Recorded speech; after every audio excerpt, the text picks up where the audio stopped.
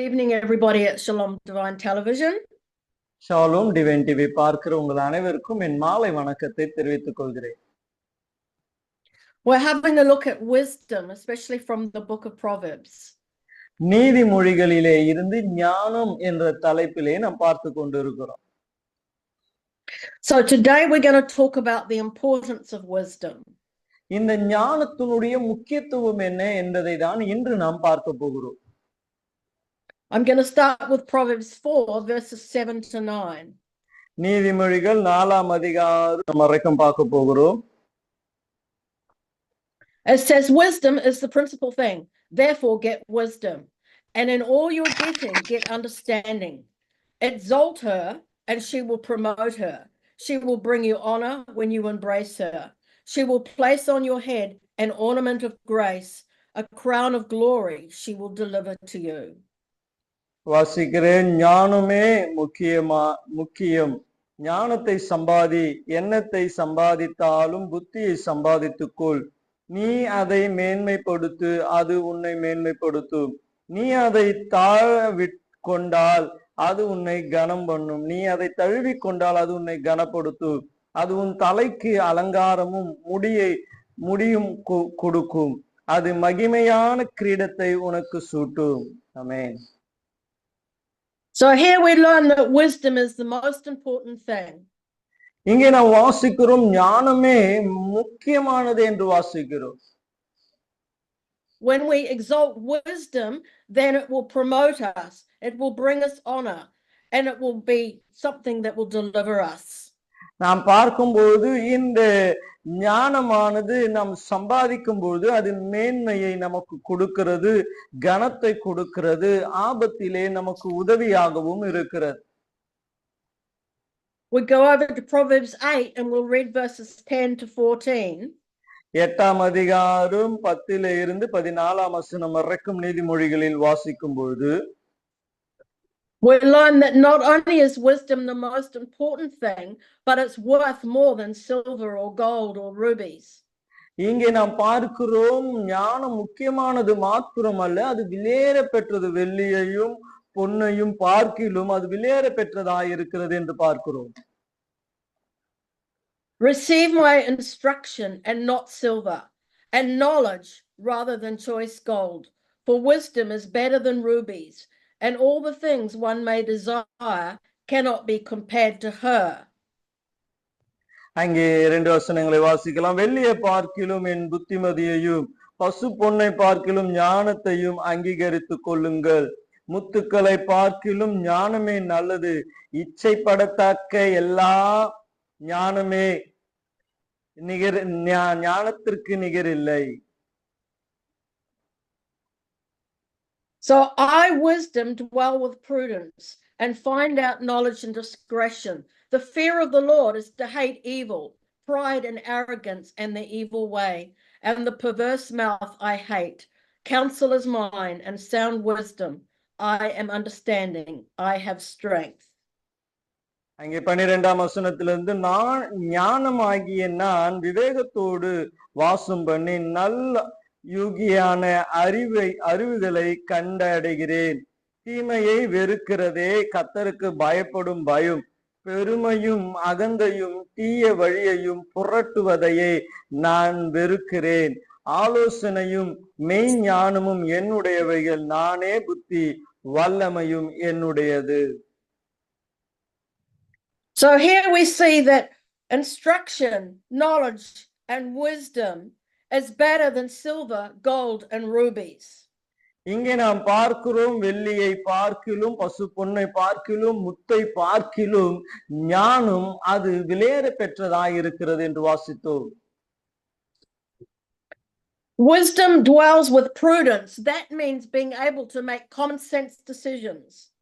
ஞானமாகி நான் விவேகத்தோடு என்று சொல்லப்படுகிறது. தீர்மானங்களை நேர்த்தியாய் எடுக்க இந்த ஞானம் உதவியாய் இருக்கிறது. To find out knowledge and discretion, and that means to be able to see what is the right direction to take. அங்கே நாம் பார்க்கிறோம் நல்யுகியான அறிவுகளை கண்டடைகிறோம் என்று சொல்லும் பொழுது எந்த வழியாய் நாம் போக வேண்டும் என்பதை ஞானம் நமக்கு வெளிப்படுத்துகிறது. Then the fear of the Lord is to hate evil, pride and arrogance in the evil way. We looked at this last week. இதை நாம் போன வாரத்திலே கூட பார்த்தோம். தீமையை வெறுப்பதே கர்த்தருக்கு பயப்படுகிற பயம். And it carries on, the perverse mouth I hate. அங்கே தொடர்ச்சியாய் வாசிக்கிறோம், புரட்டு நாவை நான் வெறுக்கிறேன். How we have to let wholesome words come from our mouth and words of blessing and not of cursing. நம்மளுடைய வாயில இருந்து சாபமான வார்த்தைகள் அல்ல, ஆசீர்வதிக்கப்பட்ட வார்த்தைகள் வர வேண்டும் என்பதை நாம் பார்த்தோம். And it says counsel and wisdom and understanding and strength are his. நாம் பார்க்கிறோம், ஆலோசனைகளும் காரியங்களும் அது கர்த்தருடையதாய் இருக்கிறது என்று நாம் பார்க்கிறோம். Third thing is that we're told to diligently search for wisdom. மூன்றாவதாக நாம் பார்க்கிறோம், இதை நாம் மிக அதிகமாய் தேட வேண்டும் என்று நாம் வாசித்தோம். We go to Proverbs 2 and we'll read from verses 4 to 6. 2ஆம் அதிகாரம் 4 இருந்து 6ஆம் வசனம் வரைக்கும் நீதிமொழிகளிலே வாசிக்க போகிறோம். It says, if you seek her as silver and search for her as for hidden treasures, then you will understand the fear of the Lord and find the knowledge of God. For the Lord gives wisdom, and from his mouth come knowledge and understanding. 4ஆம் வசனத்திலிருந்து, அதை வெள்ளியை போல நாடி புதலை தேடுகிறதை போல தேடுவாயாகில் அப்பொழுது கர்த்தருக்கு பயப்படுதல் என்னதென்று நீ உணர்ந்து தேவனை அறியும் அறிவை கண்டடைவாய். கர்த்தர் ஞானத்தை தருகிறார், அவர் வாய் நின்று அறிவும் புத்தியும் வரும். There's a parable in the Bible, and it's called the parable of the lost coin, and it's about a woman who loses a silver coin. நாம் வேதத்திலே ஒரு ஓமையை பார்க்கிறோம். அதிலே ஒரு ஸ்திரீ ஒரு வெள்ளி நாணயத்தை தொலைத்து அதை தேடுகிறதாய் நாம் வாசிக்கிறோம். And she sweeps the whole room until she finds that coin. அந்த வீட்டை முழுவதும் அந்த வெள்ளி நாணயத்தை அடைகிற வரைக்கும் அவள் சுத்தம் செய்கிறாள். And that coin represents the kingdom of God. அந்த வெள்ளி ஞானயமானது தேவ ராஜ்யத்திற்கு ஒப்பாய் சொல்லப்பட்டு இருக்கிறது. Here it's saying, if you seek the kingdom of God as silver and as hidden treasure, then you'll understand the fear of the Lord and the knowledge of God. அங்கே சொல்லப்படுகிறது பாருங்க, அதை வெள்ளியை போல நாடி புதையலை தேடுகிறதை போல தேடுவாய் ஆகில் அப்பொழுது கர்த்தருக்கு பயப்படுதல் என்னதென்று நீ உணர்ந்து தேவனை அறியும் அறிவை கண்டடைவாய். The word diligently search. Diligent means with all your heart.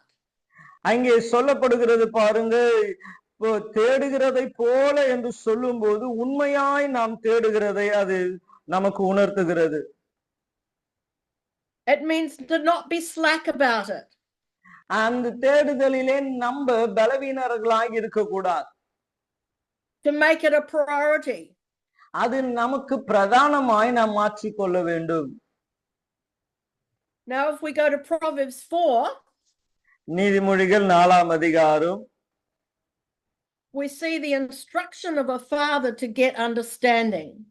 அங்கே ஒரு தகப்பன் தன் பிள்ளையை புரிந்து கொள்ள செய்ய சொல்லுகிற உபதேசங்கள். It starts off with the word hear, which means listen. அது வசனமே கேள் என்று சொல்லிதான் ஆரம்பிக்கப்படுகிறது. Hear, my children, the instruction of a father, and give attention to know understanding, for I will give you good doctrine. Do not forsake my law. அங்கே 1-2 வசனங்கள், பிள்ளைகளே நீங்கள் தகப்பன் போதகத்தை கேட்டு புத்தியை அடையும்படி கவனியுங்கள். நான் உங்களுக்கு நற்போதகத்தை தருகிறேன், என் உபதேசத்தை விடாதிருங்கள். Verse 3, when I was my father's son, tender and the only one in the sight of my mother, he also taught me and said to me, let your heart retain my words, keep my commands and live. அங்கே 3-4 வசனம், நான் என் தகப்பனுக்கு பிரியமான குமாரனும் என் தாய்க்கு மிகவும் அருமையான ஒரே பிள்ளையுமானேன். அவர் எனக்கு போதித்து சொன்னது, உன் இருதயம் உன் வார்த்தைகளையும் காத்து கொள்ள கடவது, என் கட்டளைகளை கைக்கொள், அப்பொழுது பிழைப்பாய். Verse 5, get wisdom, get understanding. Do not forget nor turn away from the words of my mouth. Do not forsake her, and she will preserve you. Love her, and she will keep you. அஞ்சுமாறும் ஞானத்தை சம்பாதி, புத்தியை சம்பாதி, என் வாயின் வார்த்தைகளை மறவாமல் விட்டு விலகாமலும் இரு. அதை விடாதே, அது உன்னை தற்காக்கும். அதன் மேல் பிரியமாயிரு, அது உன்னை காத்து கொள்ளும். So here we see that we need to be diligent to get wisdom and understanding. ஆகவே நாம் முழு இருதயத்தோடு ஞானத்தையும் புத்தியையும் சம்பாதிக்க வேண்டும் என்று சொல்லப்படுகிறது. And when we do, it's going to preserve us and keep us on the right way. அப்படி நாம் செய்யும்போது அது நாம் சரியான வழியிலே போக நம்மை காத்துக்கொள்ளும் என்று வாசிக்கிறோம். If we go please to Matthew 7 and we read verses 13 to 14. மத்தேயு சுவிசேஷம் 7ஆம் அதிகாரம் அதிலே 13-14 வசனத்தை வாசிப்போம் என்றால், it talks about a wide road and a narrow road. அங்கே இடுக்கமான வாசலும் விசாலமான வழியை குறித்து நாம் வாசிக்கிறோம். The narrow road leads to life, but the wide road leads to death. அங்கே சொல்லப்படுகிறது இடுக்கமான வாசல் அது ஜீவனுக்கும், அங்கே நாம் பார்க்கிறோம் விசாலமான வாசல் அது நம்மை அழிவுக்கு நேராய் கொண்டு போகிறது என்று சொல்லி. It says, enter by the narrow gate, for wide is the gate and broad is the way that leads to destruction, and there are many who go in by it. Because narrow is the gate and difficult is the way which leads to life, and there are few who find it. Excuse me. இடுக்கமான வாசல் வழியாய் உட்பிரவேசியுங்கள், கேட்டுக்கு போகிற வாசல் விரிவும் வழி விசாலமாய் இருக்கிறது, அதன் வழியாய் பிரவேசிக்கிறவர்கள் அநேகர். ஜீவனுக்கு போகிற வாசல் இடுக்கமும் வழி நெருக்கமாய் இருக்கிறது, அதை கண்டுபிடிக்கிறவர்கள் சிலர்.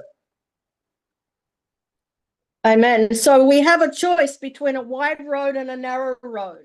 ஆகவே நமக்கு வாய்ப்பு இருக்கிறது இடுக்கமான வாசலா விசாலமான வாசலா என்று சொல்லி. When we follow Christ, he is the way. நாம் இயேசுவை பின்பற்றும் பொழுது இயேசு தான் நமக்கு வழியாய் இருக்கிறார். And he will help us to walk in righteousness. அவர் நீதியிலே நாம் நடந்து போக நமக்கு அவர் உதவியாய் இருக்கிறார். That is the way of the fear of the Lord and wisdom. அதுதான் தேவனுக்கு பயப்படுகிற பயம் ஞானத்தினால் நமக்கு உண்டாகிற ஒரு வழியாய் இருக்கிறது. If we follow the broad way, the way of natural inclination, that leads us to death. ஆனால் விசாலமான வழி என்று சொல்லி நாம் நடக்கிற அந்த வழியோ நம்மை மரணத்திற்கு நேராய் கொண்டு போகக்கூடியதாய் இருக்கிறது. அது உலக வழி. I want to go back to Proverbs chapter 4. நீதிமொழிகள் 4ஆம் அதிகாரத்திற்கு நான் திரும்பியும் போக நான் விரும்புகிறேன். It talks much about the way that we walk. நாம் எப்படி நடக்க வேண்டும் என்ற வழிகளை குறித்து அங்கே அதிகமாய் சொல்லப்படுகிறது. We read at verse 11, I have taught you in the way of wisdom. I have led you in the right path. When you walk, your steps will not be hindered, and when you run, you will not stumble. 11-12 வசனம், ஞான மார்க்கத்தை நான் உனக்கு போதித்தேன், செம்மையான பாதைகளில் உன்னை நடத்தினேன், நீ அவைகளில் நடக்கும்போது உன் நடைகளில் இடுக்கண் உண்டாவது இல்லை, நீ அவைகளில் ஓடினாலும் இடற மாட்டாய்.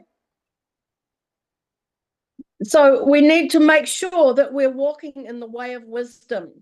ஆகவே நாம் ஞானமாய் நடக்கிறோமா என்பதிலே நாம் ஜாக்கிரதையாய் இருக்க வேண்டும்.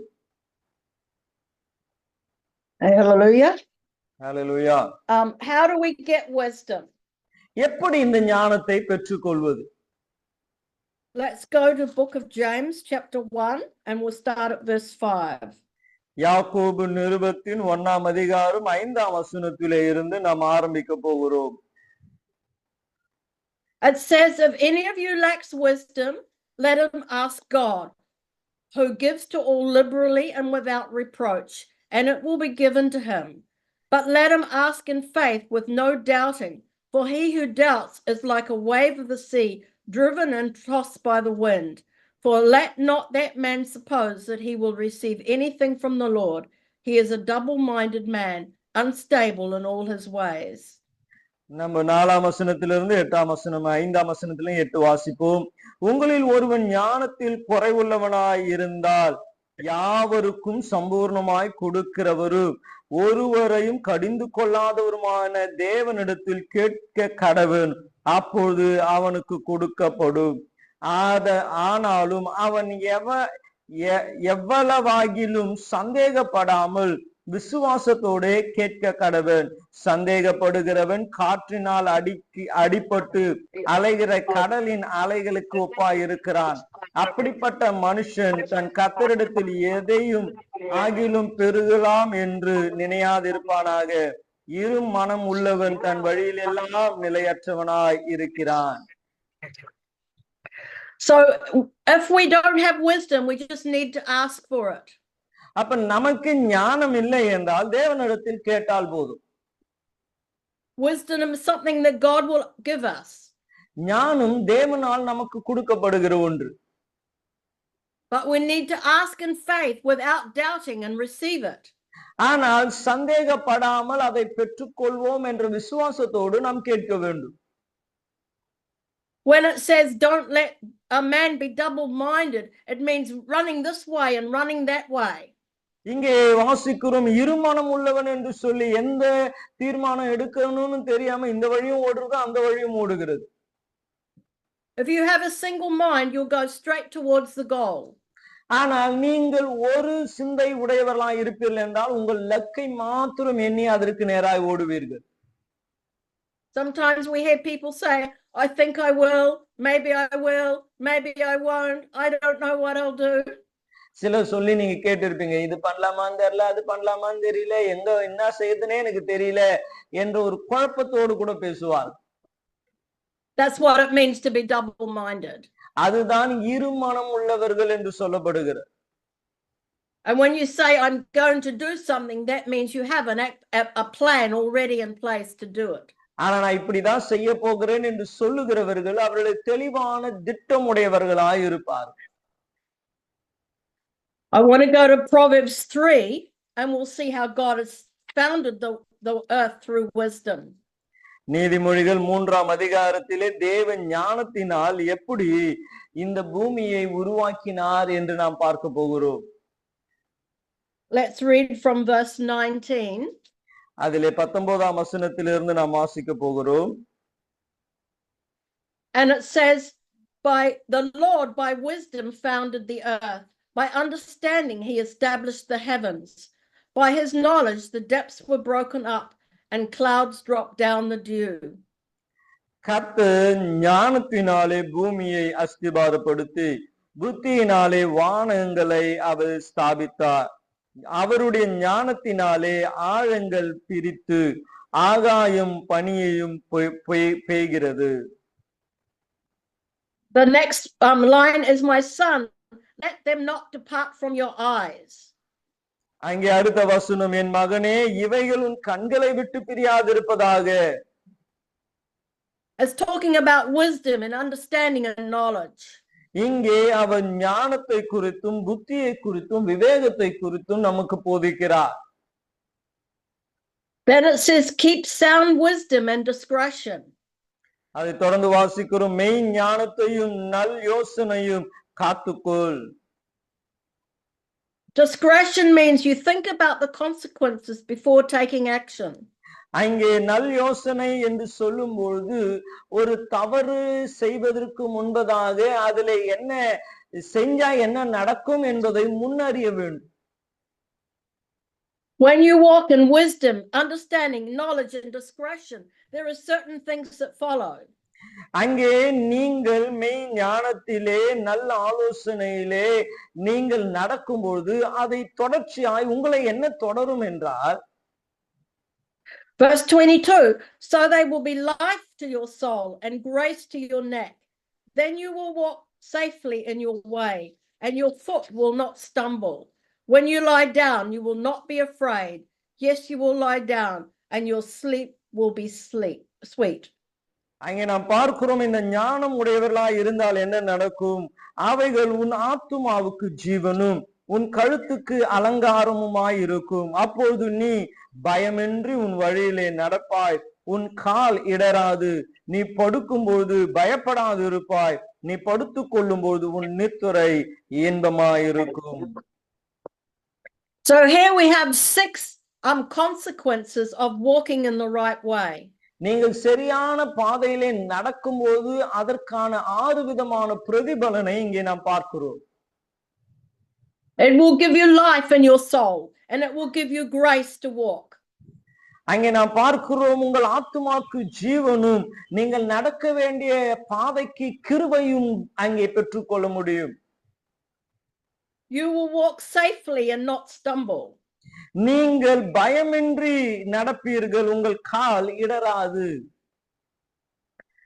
You will not be afraid and will have good sleep. நீங்க பயப்பட மாட்டீங்க, நல்ல நித்திரையை கர்த்தர் உங்களுக்கு கொடுப்பார். Few other things. Wisdom rests in the heart of him who has understanding. Proverbs 14 verse 33. 4ஆம் அதிகாரம் அதிலே 33ஆம் வசனத்தை நாம் வாசிப்போமே என்றால் அங்கே சொல்லப்படுகிறது, ஞானமானது அது அதை உடையவர்களை காத்துக்கொள்ளும் என்று வாசிக்கிறோம்.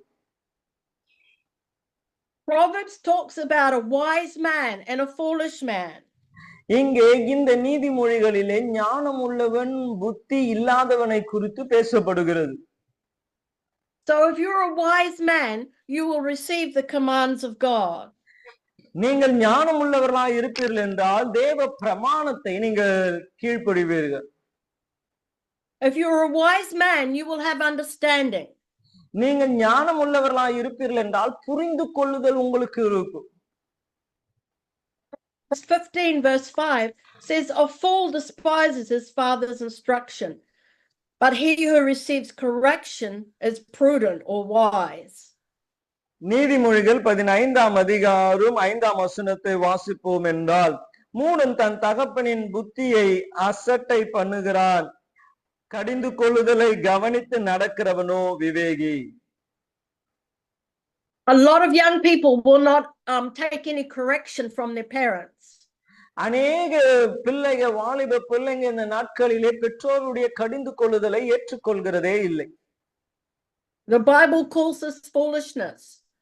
வேதம் அதை புத்தீனமானவர்கள், மூடர்கள் என்று சொல்லுகிறார். Proverbs 10 and verse 1 says, a wise son makes a glad father, but a foolish son is the grief of his mother. நாம் 10ஆம் அதிகாரத்தை நாம் 1ஆம் வசனத்தை வாசிப்போம் என்றால், ஞானம் உள்ள மகன் தகப்பனை சந்தோஷப்படுத்துகிறான், மூடதனம் உள்ளவனோ தாயை சஞ்சலமாக்குகிறான். Proverbs 13 and verse 18 says, poverty and shame will come to him who disdains correction, but he who regards a rebuke will be honored. புத்திமதிகளை தள்ளி விடுகிறவன் தரித்திரத்தையும் இலச்சையும் அடைவான், கடிந்து கொள்ளுதலை கவனித்து நடக்கிறவனோ கனம் அடைவான் என்று நீதிமொழிகள் 13:18 வாசிக்கிறோம். We know that every wise son will receive correction. எல்லா ஞானம் உள்ளவனுக்கும் புத்திமதிகள் அவனுக்கு உண்டாகும். That's a true son. அது உண்மையான குமாரனாய் இருப்பானே என்றால், an illegitimate son will not take correction. நாம் பார்க்கிறோம், அவன் புத்திமதியை ஏற்றுக்கொள்வான், ஆனால் உண்மையான பிள்ளையாய் இல்லாதவன் அதை புறக்கணிப்பான். In the Bible, the word chastening means correction. இங்கே வேதாகமத்திலே chastening என்று சொல்லும் பொழுது அது கடிந்து கொள்ளுதலை வெளிப்படுத்துகிறது. I want to go to Hebrews chapter 12. எபிரேயர் 12ஆம் அதிகாரம் and we'll read from verse 5. 5ஆம் வசனத்திலிருந்து வாசிப்போம். And it says, "You have forgotten the exhortation which speaks to you as sons. My son, do not despise the chastening of the Lord, nor be discouraged when you are rebuked by him. For whom the Lord loves, he chastens, and scourges every son whom he receives."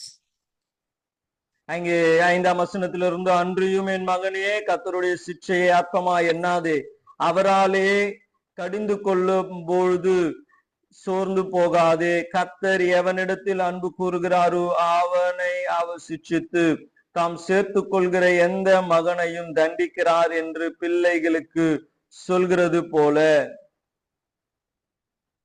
Verse 7, "If you endure chastening, God deals with you as sons. For what son is there whom a father does not chasten?" 7ஆம் வசனம், நீங்கள் சிட்சையை சகிக்கிறதாய் இருந்தால் தேவன் உங்களை புத்திரராய் எண்ணி நடத்துகிறார். தகப்பன் சிட்சையாத புத்திரன் உண்டோ?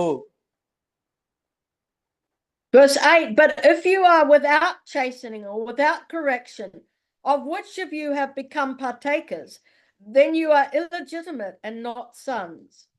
8ஆம் வசனம், எல்லாருக்கும் கிடைக்கும் சிட்சை உங்களுக்கும் கிடைத்திருந்தால் உங்களை புத்திரராயிராமல் நீங்கள் வேசியின் பிள்ளைகளாயிருப்பீர்களே. Verse 9, "Furthermore, we have had human fathers who corrected us, and we paid them respect. Shall we not much more readily be in subjection to the Father of spirits and live?" அன்றியும் நம்முடைய சரீரத்தின் தகப்பன்மார்கள் நம்மை சிட்சித்த போது அவர்கள் நம்மை அஞ்சி நடந்திருக்க நாம் பிழைக்கத்தக்கதாக ஆவிகளின் பிதாவுக்கு வெகு அதிகமாய் அடங்கி நடக்க வேண்டும் அல்லவா? Verse 10, "For they indeed for a few days chastened us as seemed best to them, but he for our profit, that we might be partakers of his holiness." 10ஆம் வசனம், அவர்கள் தங்கள் நலமென்று தோன்றுகிறபடி கொஞ்ச காலம் சிட்சித்தார்கள். இவரோ நம்முடைய பரிசுத்தத்திற்கும் நம்மை பங்குள்ளவர்கள் ஆக்கும் பொருட்டு நம்முடைய பிரயோஜனத்திற்காகவே நம்மை சிட்சிக்கிறார். So our earthly fathers correct us to walk on the right way. பூமியிலே இருக்கிற தகப்பன்மார்கள் கூட நாம் நல்ல வழியில் போக வேண்டும் என்று நம்மை கடிந்து கொள்வார். And God corrects us that we might become holy and walk in righteousness. தேவன் நம்மை கடிந்து கொள்கிறது நாம் பரிசுத்தத்திலும் நீதியிலும் நடக்க வேண்டும் என்பதற்காக.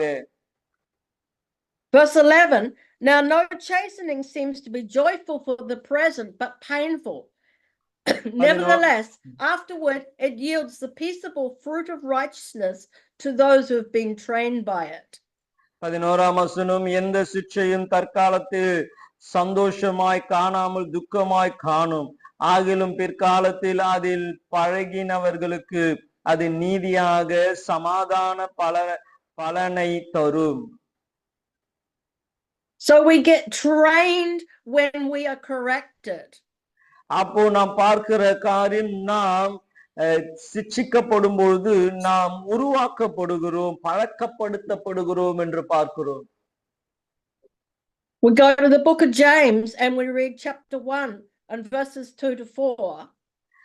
1ஆம் அதிகாரம் யாக்கோபு அதுல 2ல இருந்து 4ஆம் வசனம் வரைக்கும் வாசிப்போம் என்றால், It says, "My brethren, count it all joy when you fall into various trials, knowing that the testing of your faith produces patience." அங்கே சொல்லப்படுகிறது, என் சகோதரரே, நீங்கள் பலவிதமான சோதனையில் அகப்படும் போது உங்கள் விசுவாசத்தின் பரீட்சையானது பொறுமையை உண்டாக்கும் என்று அறிந்து அதை மிகுந்த சந்தோஷமாய் எண்ணுங்கள். Verse 4, "But let patience have its perfect work, that you may be perfect and complete, lacking nothing." 4ஆம் வசனம், நீங்கள் ஒன்றிலும் குறை உள்ளவர்களாயிராதபடி பூரணரையும் நிறைவுள்ளவர்களாயும் இருக்கும்படி பொறுமையானது பூரண கிரியையை செய்ய கடவது. When it says perfect and complete, it means coming to maturity. அங்கே குறைவில்லாதவருமாயும் அங்கே பூரணம் என்று சொல்லும்போது நாம் முதிர்ச்சி அடைகிறதை அது நமக்கு காண்பித்து கொடுக்கிறது. When we come to maturity, we will lack nothing. நாம் முதிர்ச்சி அடையும் போது ஒன்றிலும் குறைவில்லாதவர்களாய் இருப்போம். But one of the ways that God brings us to maturity is through various trials and testing of our faith. ஆனால் எப்படி அந்த முதிர்ச்சிக்கு அவர் கொண்டு வருவார் என்றால் பலவிதமான சோதனைகளிலே பாடுகள் வழியாய் அந்த முதிர்ச்சிக்குள் நம்மை கொண்டு வருவார். And this produces patience in us. அது நமக்குள்ளே பொறுமையை உண்டாக்கக்கூடியதாய் இருக்கிறது. We know that we live in an instant generation. நாம் இப்பொழுது இருக்கிற இந்த காலமானது வேகமாய் செயல்படுகிற நாட்களாய் இருக்கிறது.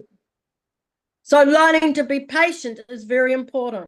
அப்ப எல்லாம் வேகமாய் நடக்கும்போது பொறுமையாய் இருக்கிறது நாம் கற்றுக்கொள்ள வேண்டிய ஒரு காரியமாய் இருக்கிறது. So let us be people that will diligently seek wisdom and seek instruction and seek understanding. ஆகவே நாம் ஞானத்தையும் புத்தியையும் விவேகத்தையும் நாடுகிற ஒரு ஜனக்கூட்டமாய் இருக்க வேண்டும் என்று நான் உங்களை உற்சாகப்படுத்துகிறேன். Let us be people who will seek to go on God's way, the narrow way that leads to life. ஜீவனை நமக்கு கொடுக்கக்கூடிய இடுக்கமான தேவனுடைய வாசல் வழியாய் போக நாம் பிரயாசப்படுவோம். This means that we'll be willing to take correction. அப்படி என்றால் கடிந்து கொள்ளுதலை ஏற்றுக்கொள்ளக்கூடிய மனப்பக்குவம் உங்களுக்கு இருக்க வேண்டும். We will not be like the foolish man that refuses to have correction. நாம் மூடரை போல கடிந்து கொள்ளுதலை வெறுக்கிறவர்களாய் இருக்கக்கூடாது. And that person follows the lusts of their flesh and goes the way that leads to death. அவர்கள் மாம்ச இச்சையின்படி வாழ்ந்து மரணத்திற்கு ஏதுவாய் கடந்து போய் கொண்டிருக்கிறார்கள். Remember that wisdom is the most important thing in life. ஆகவே நான் உங்களை உற்சாகப்படுத்துகிறேன், வாழ்க்கையிலே மிகவும் முக்கியமானது ஞானமாய் இருக்கிறது. Let's pray. ஜெபிப்போமே. Lord, we thank you for your word. ஆண்டவரே, உம்முடைய வார்த்தைக்காய் நன்றி செலுத்துகிறோம். Let us be people that look for wisdom and understanding and instruction and discretion. ஆண்டவரே, இந்த நாட்களிலே எங்களை ஞானம், புத்தி, விவேகம் இப்படிப்பட்டவைகளை நாடுகிறவர்களாய் தேவனீர் மாற்றுங்க. Lord, that we might walk in the way of righteousness, the way that leads to life. ஆண்டவரே, நீதியின் பாதையிலே நடக்கிறவர்களாய் எங்களை நீர் மாற்றும்படியாய் ஜெபிக்கிறேன். Help us to be willing to take correction as wise sons. ஆண்டவரே, புத்தியை ஏற்றுக்கொள்ளக்கூடிய ஆண்டவரே சொந்த குமாரனாய் நாங்கள் வாழ எங்களுக்கு உதவி செய்யும். And Lord, prevent us from being foolish and walking in the way that leads to death. ஆண்டவரே, மூடர்களாய் இருந்து மரணத்திற்கு ஏதுவான வழியில் நாங்கள் கடந்து போகாதபடி எங்களை பாதுகாத்துக் கொள்ளும். This day we choose to diligently seek wisdom. இந்த நாளிலே முழு இருதயத்தோடு ஞானத்தை கண்டடைய எங்களை ஒப்பு கொடுக்கிறோம். This day we choose to listen to your words. இந்த நாளிலே உம்முடைய வார்த்தைக்கு எங்களை ஒப்பு கொடுக்கிறோம். We admit that we lack wisdom, so we ask you for wisdom. ஆண்டவரே, நாங்கள் ஞானத்தில் குறைவுபட்டவர்கள் என்று அறிந்து உம்மிடத்திலே ஞானத்தை கேட்கிறோம். And we ask you, Lord, to bring us to spiritual maturity. ஆவிக்குரிய ஒரு முதிர்ச்சிக்கு எங்களை நீர் உருமாற்றும்படியாய் ஜெபிக்கிறோம். And as you've promised, we receive that wisdom now. ஆண்டவரே, நீர் வாக்கு பண்ணினது போல இப்பொழுதே ஞானத்தை பெற்றுக்கொள்ளுகிறோம். In Jesus Christ's name. இயேசுவின் நாமத்தில் ஜெபிக்கிறோம் நல்ல பிதாவே. ஆமென். And Lord, just bless everybody listening in Jesus' name. ஆண்டவரே, இதை பார்க்கிற ஒவ்வொருவரையும் நீர் ஆசீர்வதிக்கும்படி இயேசுவின் நாமத்தில் ஜெபிக்கிறேன்.